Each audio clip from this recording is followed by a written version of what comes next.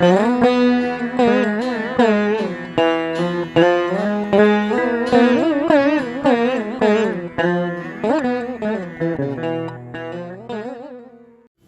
ஸ்ரீ காளஹஸ்தீஸ்வராய நமக.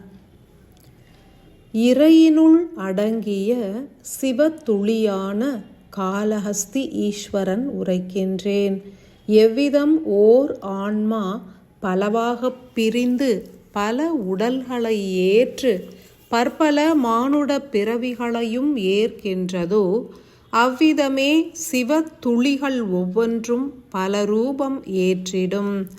பஞ்சபூதத்தினால் உருவான உலகத்தில் பஞ்சபூதத்தை ஆள்கின்ற சிவனும் தனித்து பிரிந்து இயங்குவதும் முறைமையே. ஒரு மனிதன் நீரினை தனித்து ஏற்கின்றான், காற்றினை தனித்து சுவாசிக்கின்றான். அதனை போன்றே இறை எனும் ஆதிசக்தி காளஹஸ்தி ரூபனாக எம்மூலம் காற்றினை சுவாசிக்கின்றார். இறை சக்திக்கு யாமே சுவாசமாவோம். ராகுவும் கேதுவும் இறைக்கு பணிபுரியும் துவார பாலகர்களாவர். மனிதர்கள் மாத்திரமே இறையின் பல்வேறு ரூபங்களை பிரித்து உணர்கின்றனர். நன்மை என்றும் தீமை என்றுமே உணருகின்ற தருணம் வரை பேதங்களே அறிவிற்கு எட்டும். ஆன்மாவின் அறிவு விழித்து கொண்டால் தெய்வங்களிலும் பேதங்கள் தோன்றாது, பஞ்சபூதங்களிலும் பேதங்கள் தோன்றாது.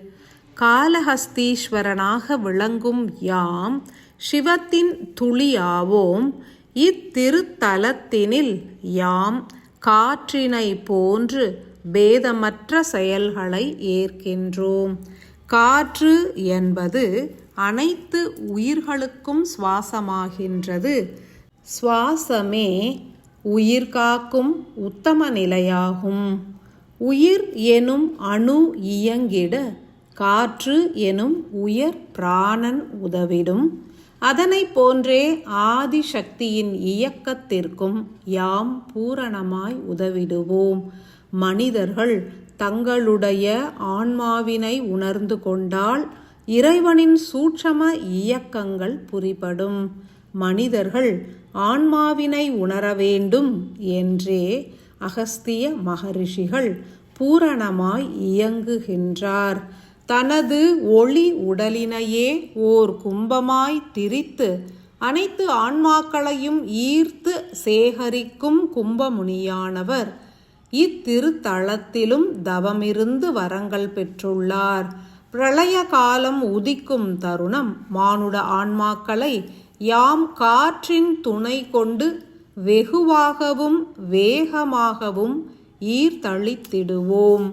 எமது பணி என்பது இத்தருணம் முதல் துவங்கி உள்ளது. எமது இருப்பிடமான இத்திருத்தலத்தினை நாடியே வந்தடைந்து உயிர்களை காக்கும் பணிக்கு உதவிட கோரிடும் காரணத்தினால் யாம் அகத்தியரின் ஒளியோடு கலப்புற்றுள்ளோம்.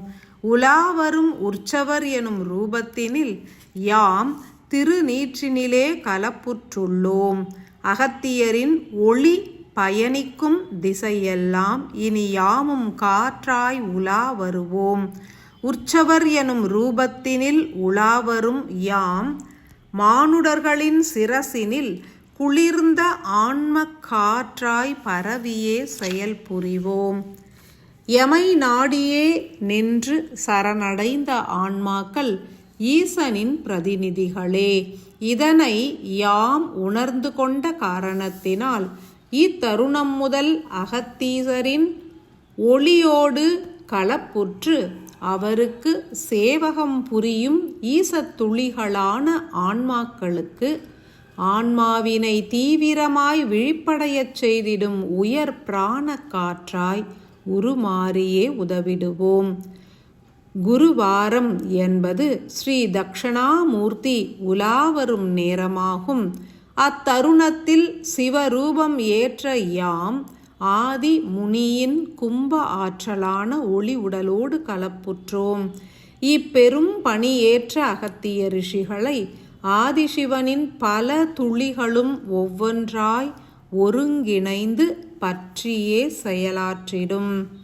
அன்பு மானுடர்களே என்றே உங்களை அழைக்கும் ஒவ்வொரு தெய்வங்களும் அன்பு எனும் பேராற்றல் கொண்ட உங்களுடைய ஆன்மாவினை மாத்திரமே நாமம் இட்டு அழைக்கின்றனர் என்பதனை உணருங்கள்.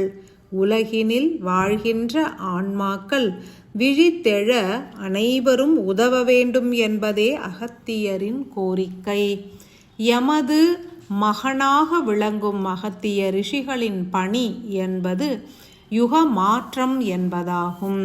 சதுர் யுகங்களை நிறைவுறுத்தி சத்திய யுகத்தினை தோற்றுவித்திட காக்கும் விஷ்ணுவே தனது கல்கி அவதார ஆற்றல்களை அவரிடம் சமர்ப்பித்துள்ளார். அழிக்கும் சக்தி பெற்ற சிவரூபங்கள் அனைத்தும் அகத்தியருக்குள் அடக்கம். இயக்கத்தின் நாயகியாம் ஆதிசக்தியும் ஒடுங்கி அகத்தியரை நாடியே நின்றிட பிரம்மாவும் தனது படையோடு அகத்தியரின் ஒளியினில் கலப்புற இனி வரும் காலங்களில் இப்புவியினில் இறைவனின் இயக்கம் என்பது அகத்தியரின் ரூபத்தில் வெகு விமர்சையாக நடைபெறும். கோலாகலமான திருவிழாவில் உலகின் அனைத்து உயிர்களும் கலந்து கொண்டால் ஒளியோடு ஐக்கியமாகி விடலாம். உணராத ஆன்மாக்களையும் யாம் காற்றின் ரூபம் ஏற்று உணர்த்தியே ஈர்த்திடுவோம். நிகழவுள்ள மாபெரும் மகா யாகங்களில் பஞ்சபூத ஸ்தலங்களில் உரைகின்ற அனைத்து சிவத்துளிகளும் ஒன்றிணைந்து சிவயாகத்தில் கலப்புற்று பின் அகத்தியரின் ஒளியோடு இணைக்கப்படும்.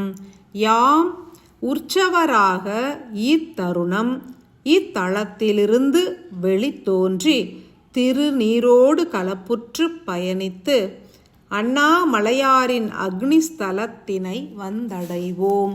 மானுடர்கள் தங்களுடைய ஆன்மா விழிப்படைய வேண்டும் என்ற ஒரு சிந்தனையை ஏற்றாலும் நன்றே, அன்றி யாகத்தினில் பங்கேற்றாலும் ஆன்மா அற்புதமாய் விழித்தெழும். அனைத்து உயிர்களும் ஆன்மாவோடு பிணைய வேண்டும் என்றே ஆழமாய் பிரார்த்தனை புரியுங்கள். உலக மானுடர்கள் அனைவரும் இன்பமாய் வாழ வேண்டும் எனில் ஆன்மாக்களை விழிப்படையச் செய்திடல் வேண்டும்.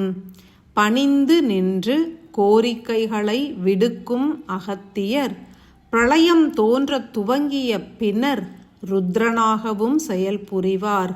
கால பைரவரின் துணை ஏற்று அனைத்து ஜீவன்களும் விடுபட மானுட ஆன்மாக்கள் விழித்தெழுந்து உதவிடல் வேண்டும். சத்தியம் உணர்ந்து செயல்புரிவோரின் பின்னே அனைத்து தெய்வங்களும் ஊர்வலம் வரும் என்பதனை ஆழமாய் உணருங்கள். ஆசிகள் பல கோடி.